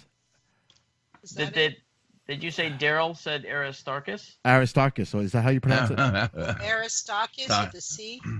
Yes, Aristarchus. Yes, Aristarchus is the answer. Daryl wins. There you go. Yay! Wow. I knew it was Greece. Right. That's how fast it's supposed to happen. Wow. It's supposed to be great. Well, we know how sharp Daryl is. He's very knowledgeable in astronomy. So, congratulations to Daryl. I was considering not letting him play, but he is a good guy. There you go. Hey, he didn't get the first one. That's right. All right. Marc. That's all the questions we have? Yeah, we have 2 hours, 2 quiz questions, and that sounds good. But let me tell you this: the reason I didn't tell you the crater was because it's Aristarchus. You win Aristarchus crater, Daryl. Oh my God! You had that all planned out. I did. I had planned to ask that question, and the answer was going to win Aristarchus. I couldn't tell you that because if I told you what crater you win, they give you the answer. And I told you it was going to be simpler. It was going to be much simpler than the first one. The first one required some thought and some research. You had to look into it. And there's a danger with the first one that you would think that going away from the Earth and being out of gravitational field would actually cause time to increase when it's actually the opposite. That's kind of a common mistake, but that's okay. You know, I'm glad that John got that right. So I just need to get their mailing addresses. Daryl, I'd like to get his and John's, and we'll make sure that we get Tycho Crater goes out to John, and Aristarchus is going to go out to Daryl. Fantastic. And we can get that off the air, right, Bill? Yeah, we'll get that off. Yes, the air, I can get both of their contacts through KGRA chat. Yeah. Sounds good. Here's a silly question, and it you know, it might make sense. It might not. It really bothers me, though. Michael, it's only a silly question if you're going to talk about minions. Okay, well, you talk about little yellow minions, and then that's a silly question. It's like de-evolution. Why are people resurrecting the flat Earth theory? Oh my God! I mean, you know what? People fight online. Oh, they're so angry if you like. Oh my God! That's ridiculous. It's true, and I think that there are people that are so, I guess the word is mistrusting of the government agencies that they let that spill over to NASA, which is, the National Aeronautics and Space Administration, that is a government agency, and they just don't want to believe anything NASA says, and thus you have the lunar hoax theory saying we never landed on the moon, even though on the Lunar Reconnaissance Orbiter you can see all the landing spots with the tracks, the descent landers. You can even see the crashed third stage when they separated the lunar module and so forth. You can see those craters as well. But, you still have people out there that just, I don't know, some need to fight. Some want to disbelieve, just to be, angry folks or whatever. Some people truly are still, loopy about it. They don't know whether it's really true or not. They didn't get a good enough science education. And some of that is the fault of our science educators, okay? We have great scientists in this country, but you can only lead a horse to water. You can't make them drink, You can't say the earth is round and expect everyone's going to believe it. All they have to do is have a good dose of conspiracy, theory, and they'll ask questions that perhaps a science educator can't answer, because, flat earth people sometimes, get their answers good. I was bested by a flat earther when I flew into Los Angeles, and I had to do an interview on a radio show, and it was actually going to be a debate. Now, I knew that it was something about flat earth, okay, but I didn't know to what extent. So I didn't really prepare anything, because who should have to defend it, right? Right. Well, the flat earth person on the other end was a guy that probably had 5 pages of notes to read from. It just kind of devolved into just sort of name calling, and it's my fault. I let it get there. I was wrong for doing it. So, hey, I lost that one. I fully admit it. I should have thought it through. But now, if we're to do it again, okay, I can tell you this, all right? There's no getting past me this time. I hate to, there you go. And the reason is simple. I just use straightforward astronomical fact that everybody can verify. That's the key. Everybody can verify. It doesn't happen. You don't have to take anyone's word for it. You don't have to take NASA's word for it. You can take your own word for it. You can see it yourself. Just take a plane ride. Just take a plane ride. Well, they have all kinds of reasons why taking a plane ride on a flat Earth is do what it does. Never mind the fact that if you add up the distances on the flat Earth versus the round Earth, you find that certain distances to other places take, twice as long almost to get to on the flat Earth as they would on the round Earth. So why don't they take it twice as long? See, they don't want to think about those things. They don't have answers for those. Oh, but now they're going to call you a government agent. That's what you are. You're disinformation. Disinformation agent. Listen, yeah. Guys, that's old news. You go to my site, fxmodels.com, all right, and all you have to do is click on the client list. In other words, you go to my site, type in fxmodels.com, hit enter, click on client list. Guess what? There's a lot of 3-letter agencies in there that I've worked for. Why? I've done classified work for the government in the past. I have. I don't make any bones about it. I don't hide it because, that's a transparency happening right here. Right. Sometimes an ant is just an ant. There's no. Sure. They're not really a reptilian hiding in an ant. It's just. Actually, I think ants. No, I think you're wrong. Ants are reptilians. Okay, don't even go there. You're so right. I came across another thing that I wanted to ask you about. As I was looking on the internet trying to put things together, you were on a submarine recently, right? And some funny things happened. Yeah, actually, that was interesting. Yeah, the UK Sun ended up writing an article that ended up going worldwide about something that I experienced, and the thing was, I wasn't going there to see this. I didn't even think about this until it was actually in the process of happening. But we actually had a case where I was at sea on a sub as an observer. I was actually a guest of the Navy, not a sailor. And as I was riding along in the sub, I was getting seasick. So I went to the 18-year-old kid or 19-year-old kid that passes the doctor, and I got this something to help me out. And I went and I sat in what's called the sonar shack, which is a little area off the main command center of the sub. And as I sat there, I was starting to be lulled to sleep by the noise, because the submarine's loud inside, but not loud in the water, obviously. The Navy prides itself on keeping the sound inside the hull. So you're hearing constant air, and constant noise, and constant, commands and repeating of the commands, because that's how they, ICER, they repeat the command. Well, I was sitting there and I heard the kid running the sonar yell out, and again, my eyes were closed, and I was starting to actually kind of really feel better. My stomach was feeling better. I was feeling less nauseous and all that. And I heard the kid yell that there was something on the sonar, and he yelled "con sonar, fast mover," and Ooh. I was like, "What the heck is that?" And I at the first thought, "Oh no, it's a torpedo. We're gonna die out here." No. We're being hit with a torpedo. That's just great. I shouldn't have ever come. And meanwhile, the executive officer comes around and he looks at the screen. What do you got? And I couldn't hear everything they said because they were actually, again, the noise. But I leaned over on a chair that doesn't move because they're bolted to the floor. And I'm leaning with a little tiny piece of my butt left in the corner of the chair. Just a little bit more, I would have fallen off. And I'm leaning and listening, and trying to make it look like I'm not. Okay.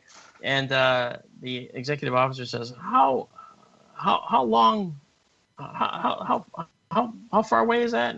How fast is it moving? I didn't hear anything other than how fast it was moving. And the kid looked up at the XO and he says, "Several hundred knots, sir." Woo, man.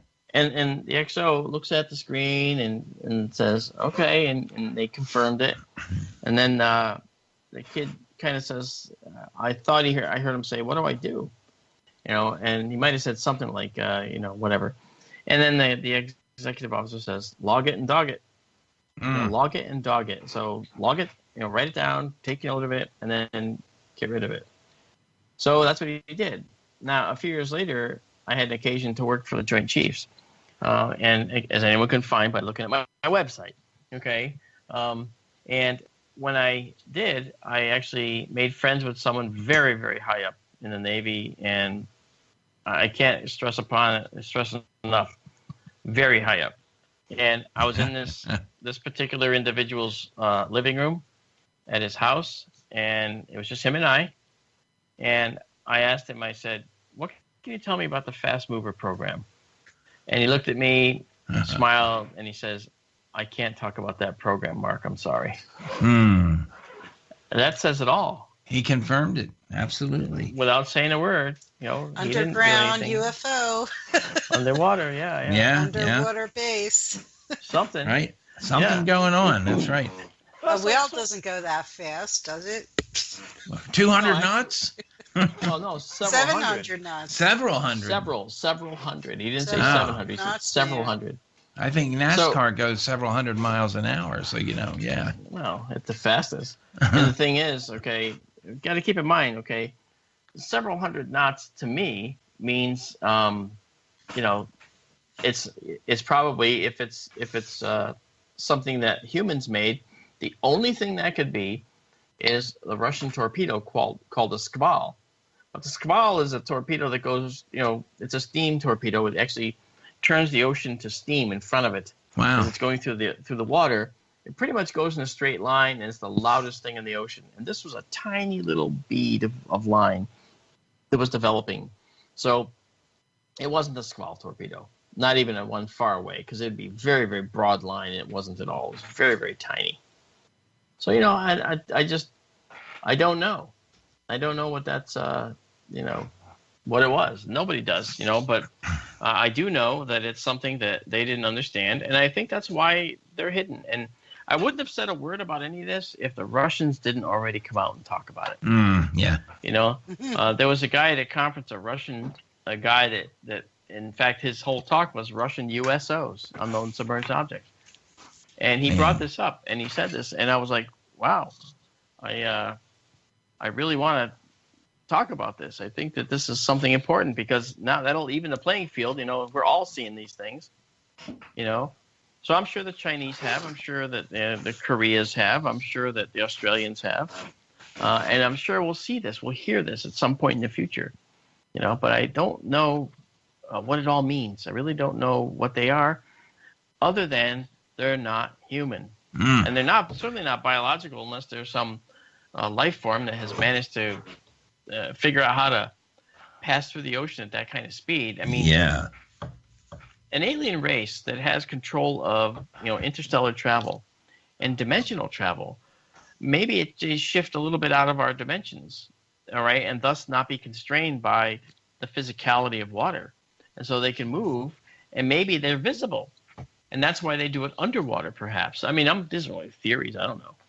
And if they do, then perhaps that's why they're in the oceans, which is where I think they are. I think they're in the oceans. I mean, Wandjina, the ancient Wandjina legend in Australia, thousands of years ago, stated that the Wandjina came from space, lived in the water, and had full mastery of the water. Now, there's also the legend of the Wandjina, which again could just be a legend, but there was a legend of the Wandjina that said that the Wandjina were angered by two boys that tortured an owl to death. Wow. Now, an owl is a typical screen memory animal that's put in place of an alien creature. Right. All right, and they were enraged by the fact that these two boys tortured an owl to death, and so they used their mastery of the water to destroy the Aboriginal lands and wipe out a lot of the Aborigines. Now, could it have just been an earthquake and a tsunami that grew into this myth? Sure. Okay. But you can't ignore the detail and the fact that the paintings on the walls, in the pictographs on the walls that show the Wandjina in their view. Black, large eyes, okay, little tiny holes for mouths, and these halo-looking things around their heads. Now, I announced this at a talk in Denver one year. I said, I've noticed throughout history that a lot of the deities in these different religions show these halos around the heads of the creatures. Mm-hmm. Yes. And they're in all these disparate cultures. A culture in deepest India shows the same thing as a culture in the southwestern United States, and the same thing in Italy, and the same thing in Europe. I mean, and from all different points in history by cultures that never talked to each other. How could they come up with the halo? What was the halo? I believe it was something observed in something that was here, maybe a creature. Maybe the halo was actually a bioscreen, a field of electrical energy that was a bioscreen, not a helmet per se. I don't think that a creature here would need to use a helmet if they can travel interstellar. I think they probably just had some type of field screen that they could put up that would actually save them from germs or put the right pressure for the atmosphere, whatever they needed. So that's just a thought. Yeah. Hey, listen, we have a question. Yeah. John Ostaines wants to know, since the guest, Mark, is familiar with the Navy, can he tell us anything about FZ key holders or red cell? No, I don't have any knowledge of that. Yeah. To tell. What I did in the Navy was mostly. I wasn't a Navy guy, but as a civilian working for the Navy, what I did for them and still do is I make models. Fairly advanced and high tech models, but they're models nonetheless of new submarine designs, things like that. Something that may not be in the water for 20, 25 years. Futures projects. So, there's a future coming, for instance, where we might have a submarine that has what I call whiskers, which is actually what Sequest DSV, remember that show? With Roy Scheider. Okay, they had these whiskers that would fly out, or zip out into the water ahead of the submarine for many miles and tell them what was coming up. And the Navy actually has submarine designs that are going to have whiskers that are zipping out little UUVs, unmanned, undersea vehicles that will be way out ahead of the sub and scouting for enemies, for terrain, for other things that the sub should know about. And if you think about it, a whisker, on the Greenville, the USS Greenville, would have prevented destroying the Ihimi Maru, which is that oceanographic vessel that had a bunch of high school kids on it, and that was sunk by the collision. Well, that wouldn't have happened if we could have seen the surface, and a whisker program would have seen the surface and told the captain, sorry, Captain, you can't surface right now. There's a ship up here you didn't see. Oh, well, okay. And that would have been the end of it, So we're about probably 25 years, from having whiskers on the boats, but they're going to be out there. So that's an example. But I don't know anything about the red cell process. I've heard about it before and seen it on some of the conspiracy boards and stuff as I was, poking around a little bit. But I actually have no experience with it directly. And I'm just telling you the truth. If you doubt me, doubt me. But what can I say? Oh no. Not you. But, the person asking. Yeah. Oh, so. God, I'm losing my voice. Well, I'm talking too much. I can tell you that. I know that. So I apologize for that. Well, what comes out of your head is fascinating. So. Well, I appreciate that. I'm really glad you guys decided that I was worth having back because I enjoyed coming on with you guys as well. And you're always very good people. You're very good to me, Michael and Julia. So I'm looking very forward to meeting you guys too. Yeah, absolutely. Definitely. Now you're in Pennsylvania, right? This is exciting. Yes. Yeah, both of us are in Pennsylvania. Great. So the drive up to Bill's place in New York is very easy. Yeah. Not bad. And maybe I don't know if the timing will be right, but maybe you could come visit the Sky Tour Livestream Observatory and see the whole setup. And we're working on the automation. By that time, by April, we might have some more automation in it. Oh, boy. As it is, I can run it entirely from in the house, but I don't have automation controls in the dome yet. Actually, I have an idea. And here I go with my ideas. Here we go. I think we'll take that trip to Marc's. I'll bring my projector and my projector screen, set up my camera outside so we could do a Skywatch and Marc's observatory at the same time. And then we'll do a pre-record. If we can't possibly do it live, we'll do a pre-record for a future show. Well, that sounds good. Wonderful. Beautiful. Because that would be really cool to have both things going on at the same time. Wonderful. Yeah, that'd be pretty cool. Yeah. That would be awesome. That would be awesome. And I'd be up for that. Hey, anything to help the cause, anything to help get it out there, anything to help, keep astronomy in the minds of people growing up, who's just coming into, what do I do for with my life? Astronomy is a great place to go because it's awesome. It's unlimited in potential, And it's unlimited. And another thing, and I know P&K, space imaging, everybody's listening there, but maybe we can at least, because Paul's down in Florida, even though they may be coming for Pine Bush in May of 2018, but maybe we can get Keith to sit down too with you and do an interview. What? With who? With you and Keith on Starborn Connection. We'll get Keith of P&K to also be interviewed. Oh, okay. Sure. That sounds great. That's up to Julie and to Michael. That's not up to me. Oh, well, like I said, Bill comes up with their show. Stuff. Yeah. So that would be an interesting show. Yeah. Oh, I'm telling you guys, they have such a great stream. You really need to check it out. They have such outstanding video. I mean, the processing with the telescopes. They just do a great job. The tandem of the both of them, with Paul with the telescopes, and Keith doing his technical aspect of it all and bringing it together.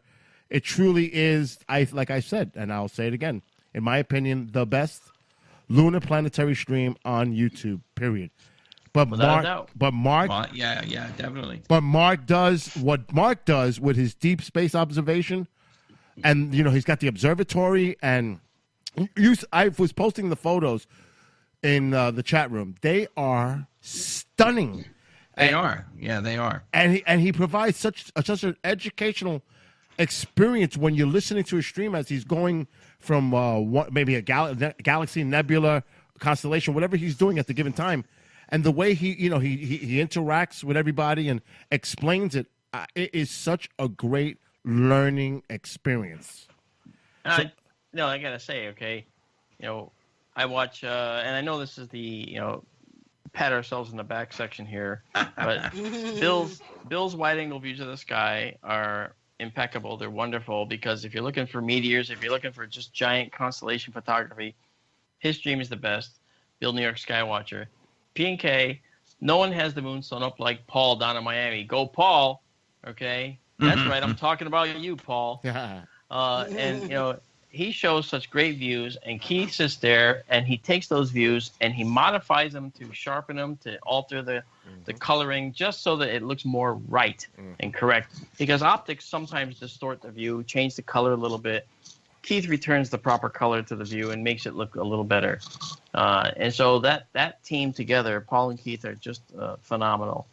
And then the Sky Tour live stream, as I said, I have a very sensitive camera, so I can actually show things that are very, very faint in the sky that would take many minutes to capture with a regular camera. I can show them in just a few seconds. All right, and they're in very, very high resolution too. And so we actually, all three of us together make up, I think, a really complete astronomical experience from the widest angle to the smallest.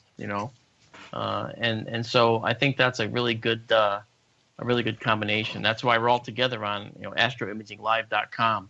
That's where we can be found. So it's pretty cool, And like I said, if people have a chance to come visit our store and buy something, that's great. If not, so what? Have fun. Well, you have an online section, right? Right. Yeah, it's off fxmodels.com. It's on Facebook under the FX Models Planetary Replica Division, and it's on Astro Imaging Live. I have to check that out. Yes, indeed. Yeah. And we have a few of the craters there, but that's because we make all the craters. We can't put them all up. So there's a section where you can pick your own, tell us what you want, bam, you'll get that. That cool. kind of thing. If it's available. If it's not available for some reason, then can't do it. But we got only a few minutes left, but quickly, I also want to mention Marc will be at the Ozark conference. I believe it's in April. That's right. He'll be hanging out with the boss man, Race Hobbs, doing his thing. That's right, our buddy, our boss. Yep. And he'll have all those 3D prints right there on the table, ready to be sold. And Marc, quickly, any update on the book? I think I actually have a guy that's going to publish it. Great. I'm talking to a publisher right now, actually, and I'm going to find out more details and specifics. I have all my illustrations done. I did a lot of them myself, and there's a lot I actually got from public domain sources. And I think we're ready. So you know how it is. It's like a child. You don't want to let it out the door until it's fully dressed. Right. Yep. So, I just have to say, all right, this will just be the first edition, okay? All the other things I want to say will have to come in the second edition and third edition, whatever. So you're never done with it unless you got to just say, I'm done, and then you'll be done with the first edition. I mean, there's so much information. I mean, it's the size of the universe. You have to keep. Yeah. It keeps coming. Yeah, and in astronomy, my specialty is exoplanets. I mean, I look at planets around other stars. That's the deal. That's what I'm into. So I think it's important to know a lot about those. I think it's important to know how they evolve and where they come from, and that science is evolving too. We're changing our view little by little. So there's something to be said for that. You have to. God, yeah. Yeah. Well, listen, thanks for coming on, and thanks for educating us. It's never a dull moment, because this stuff is just so fascinating, and I think it applies to us now and the future, and space is only going to get closer for us as we move toward Mars and any other planet. Some of the moons around Jupiter, Saturn, with moons that. I agree. Yeah. So we're gonna have you back. We'll do that live thing, and then we'll have you back when the book comes out, and that sounds good, right? No. Yeah. Thank you, Michael. Thank you, Julia. Yeah. Very welcome. You're Very welcome. welcome. It was a great show. Yeah. I look forward to seeing you guys in April up at Bill's. We'll be there. Awesome. Okay, Julia, Bill, good night, and thanks for all you do. And see you next week. We have, oh my God, Willie Gibson is coming on next week. You know who he is? Willie Windwalker Gibson. You talking to me? Is Julia still there? Yeah. Okay. Okay. No, I was asking if you knew. I don't remember. Yeah, he was on. A while ago. He was on when we were still on Blog Talk. So it's been a while. Yeah, 5 years. We're in our 5th year. So. Well, anyway, I don't want to hold anybody up. God bless everyone, and have a good weekend. And hopefully we'll see you next week. And Mark, we'll see you on Facebook and next April or March, whenever we're going to do our thing. Sure. Have a good night. Sky Tour. Come on board the Sky Tour as well. Yeah, that sounds good to me. All right. Well, have a good night, everyone.